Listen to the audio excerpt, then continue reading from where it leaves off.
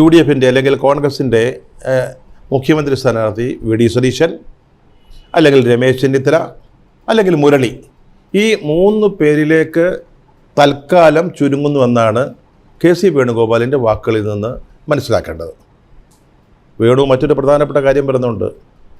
അദ്ദേഹത്തിന് ഒരു ഗ്രൂപ്പുമില്ല. അദ്ദേഹത്തിൻ്റെ ഗ്രൂപ്പ് എന്ന് പറഞ്ഞാൽ പാർട്ടി മാത്രമാണ്, അല്ലെ ഹൈക്കമാൻഡ് ഗ്രൂപ്പാണ്. ഞാനത് കേട്ടപ്പോൾ കുറച്ച് നാൾ മുമ്പ് നടന്ന ചില സംഭവവികാസങ്ങൾ ഓർത്തു പോവുകയാണ്. അന്ന് കോൺഗ്രസ്സിലൊരു നേതൃമാറ്റമുണ്ടായി. പ്രതിപക്ഷ നേതൃസ്ഥാനത്തേക്ക് വി.ഡി. സതീശൻ വരികയാണ്.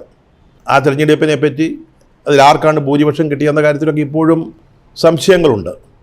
ഉമ്മൻചാണ്ടി തൻ്റെ ആത്മകഥയായ കാലം സാക്ഷിയിൽ പറഞ്ഞിരിക്കുന്നത് രമേശിനായിരുന്നു ഭൂരിപക്ഷം, പക്ഷേ സതീശനായി എന്നാണ് പറയുന്നത്. അതോടൊപ്പം തന്നെ KPCC പ്രസിഡൻ്റായിട്ട് കെ സുധാകരൻ വരുന്നു. ഇതിൻ്റെയൊക്കെ പിന്നിൽ പ്രവർത്തിച്ചത് ആരാണെന്ന് നമുക്കെല്ലാവർക്കും അറിയാവുന്ന കാര്യമാണ്. അന്ന് രമേശ് UDF തോറ്റ് അങ്ങനെ നിൽക്കുകയാണ്. അപ്പോൾ അദ്ദേഹത്തോടൊപ്പം ഉണ്ടായിരുന്ന ഐ ഗ്രൂപ്പ്, അല്ലെങ്കിൽ അദ്ദേഹം നേതൃത്വം കൊടുത്തിരുന്ന ഗ്രൂപ്പ് ഏതാണ്ട് ചിഹ്ന ഭിന്നമായി. നേതാക്കളൊക്കെ എവിടെ നിൽക്കണമെന്നറിയാതെ നിൽക്കുമ്പോൾ അവരെയൊക്കെ ചാക്കിട്ട് പിടിക്കാൻ, കൂടെ നിർത്താൻ, നമ്മുടെ പക്ഷത്താക്കാൻ പലരും നടത്തിയ പല കളികൾ, തന്ത്രങ്ങൾ, ഇതൊക്കെ നമ്മളൊക്കെ അടുത്തു നിന്ന് കണ്ടതാണ് കേട്ടോ. പിന്നീട് ഉമ്മൻചാണ്ടി കുറേ കഴിഞ്ഞപ്പോൾ അദ്ദേഹം രോഗഗ്രസ്തനായി. പിന്നീട് അദ്ദേഹം നമ്മിൽ നിന്ന് യാത്രയാവുകയും ചെയ്തു.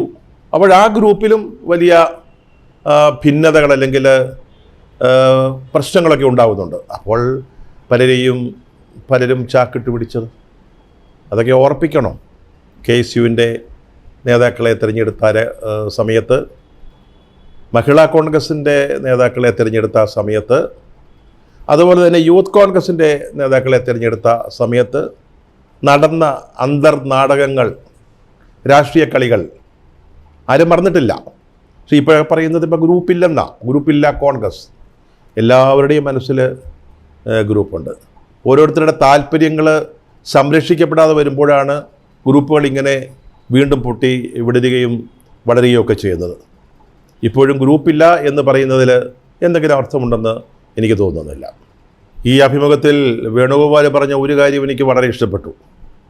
അദ്ദേഹം പറഞ്ഞത് വളരെ യാഥാർത്ഥ്യബോധത്തോടു കൂടി, ഈ കഴിഞ്ഞ ലോക്സഭയിലുണ്ടായ തെരഞ്ഞെടുപ്പ് ഫലത്തിൻ്റെ ഒരു കാർബൺ കോപ്പി 2 വർഷം കഴിഞ്ഞ് നടക്കുന്ന നിയമസഭാ തെരഞ്ഞെടുപ്പിൽ ഉണ്ടാകുമെന്ന് ആരും കരുതേണ്ടതില്ല എന്ന് വളരെ കൃത്യമായിട്ട് അദ്ദേഹം പറഞ്ഞു വച്ചിട്ടുണ്ട്.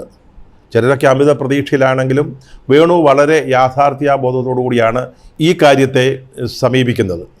അദ്ദേഹം പാർട്ടിയിൽ സംഘടനാ തലത്തിൽ വരുത്തേണ്ട മാറ്റങ്ങളെ പറ്റിയൊക്കെ വളരെ വിശദമായിട്ട് തന്നെ സംസാരിക്കുന്നുണ്ട്. വളരെ നല്ല കാര്യങ്ങളാണ് കേട്ടോ. പക്ഷേ കോൺഗ്രസ്സിൽ ഇതൊക്കെ നടക്കുമോ? കഴിഞ്ഞ ഈ ലോക്സഭാ തെരഞ്ഞെടുപ്പ് UDFിന് വലിയ നേട്ടമുണ്ടാകുമെന്ന് എല്ലാവരും കരുതിയതാണ്, കോൺഗ്രസ്സുകാരൊക്കെ പ്രതീക്ഷിച്ചതാണ്. പക്ഷേ സാറേ, പല മണ്ഡലങ്ങളിലും ഈ തെരഞ്ഞെടുപ്പ് ദിവസം ബൂത്തുകളിൽ ഏജന്റന്മാരായിട്ടിരിക്കാൻ ആളുകൾ ഉണ്ടായിരുന്നില്ല. തിരുവനന്തപുരത്തെ കാര്യം എനിക്കറിയാവുന്നതാണ്, പലയിടത്തും ഉണ്ടായിരുന്നില്ല. അതാണ് ഇന്ന് കോൺഗ്രസിൻ്റെ സംഘടനാസ്ഥിതി. നല്ല നേട്ടമുണ്ടാക്കുമെന്ന് ഉറപ്പുള്ള തെരഞ്ഞെടുപ്പിലാണ് ഇത് സംഭവിച്ചിരിക്കുന്നത്. എന്തൊക്കെയായിരുന്നു കെ സുധാകരൻ പ്രസിഡൻ്റായപ്പോൾ പറഞ്ഞിരുന്നത്? സുധാകരൻ പ്രസിഡന്റ്, സതീശൻ പ്രതിപക്ഷ നേതാവ്. ഇനി ഞങ്ങൾ രണ്ടുപേരും കൂടെ ഒന്ന് നോക്കട്ടെ ഈ പാർട്ടിയെ നന്നാക്കാൻ പറ്റുമോ എന്നുള്ളത്.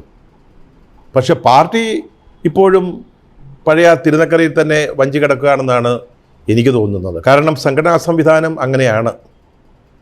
ഇവിടെ എന്തോ കോൺഗ്രസിൻ്റെ യൂണിറ്റ് കമ്മിറ്റികൾ, കോൺഗ്രസ് യൂണിറ്റ് കമ്മിറ്റി CUC കൊണ്ടുവരുമെന്ന് പറഞ്ഞ് എത്ര ശതമാനം സ്ഥലങ്ങളിൽ CUC ഉണ്ടായി?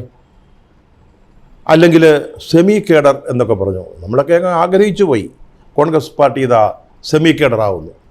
പക്ഷേ ഒന്നും സംഭവിച്ചില്ല എന്നുള്ളത് പ്രധാനപ്പെട്ട കാര്യമാണ്. അപ്പോൾ ഈ വേണു ഇതൊക്കെ സംസാരിക്കുന്നത് വരാനിരിക്കുന്ന 2 തെരഞ്ഞെടുപ്പുകളുടെ പശ്ചാത്തലത്തിലാണ്. തദ്ദേശഭരണ സ്ഥാപനങ്ങളിലേക്കുള്ള തിരഞ്ഞെടുപ്പ്, പിന്നെ നിയമസഭാ തിരഞ്ഞെടുപ്പ്. വേണു ഇവിടെയൊക്കെ ഉണ്ടാവണം. ഈ പറഞ്ഞതൊക്കെ കൃത്യമായിട്ട് നടപ്പാകണം. പക്ഷെ വേണു ഒരു കാര്യം ഒരു പഴയ സുഹൃത്ത് എന്ന നിലയിൽ ഓർപ്പിക്കുകയാണ്. എന്നെ അങ്ങ് മൈനസ് ചെയ്തേക്കൂ എന്ന് പറഞ്ഞത് നമ്മൾ കേട്ടു. പക്ഷേ ഇത് കോൺഗ്രസ്സല്ലേ? കോൺഗ്രസ്സിൽ നാളെ എന്താണ് സംഭവിക്കുക, അല്ലെങ്കിൽ ഇന്ന് പറഞ്ഞതിന് നാളെ എന്തെങ്കിലും വിലയുണ്ടോ, പ്രാധാന്യമുണ്ടോ? എന്നൊക്കെ ഉള്ളത് വളരെ പ്രധാനപ്പെട്ട കാര്യമാണ്. പക്ഷേ അങ്ങനെ മൈനസ് ചെയ്ത് മാറി നിൽക്കേണ്ട കാര്യമില്ലെന്നാണ് എനിക്ക് തോന്നുന്നത്. കേന്ദ്രത്തിൽ നമ്മൾ പ്രതീക്ഷിച്ച മാതിരിയുള്ള സംഭവവികാസങ്ങളൊന്നും ഉണ്ടാകുന്നില്ലെങ്കിൽ അങ്ങയുടെ ഇവിടുത്തെ സാന്നിധ്യം ഈ 2 വർഷം കഴിഞ്ഞ് വളരെ പ്രധാനപ്പെട്ടതായിരിക്കും.